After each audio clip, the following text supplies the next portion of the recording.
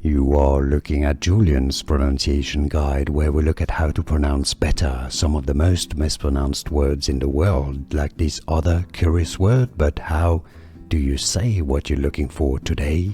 We are looking at how to pronounce these beautiful names, as well as how to say more interesting but often confusing names that many get wrong, so make sure to stay tuned to the channel. This comes from French fleur, meaning flower, and in English is said as fleur, fleur, again from French fleur, fleur. And now you know. Like and subscribe if you found this video useful.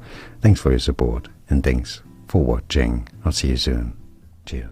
Here are more videos on how to pronounce more confusing words and names too many mispronounced. Like this video if you found it useful. I appreciate your support. I'll see you soon and thanks for watching.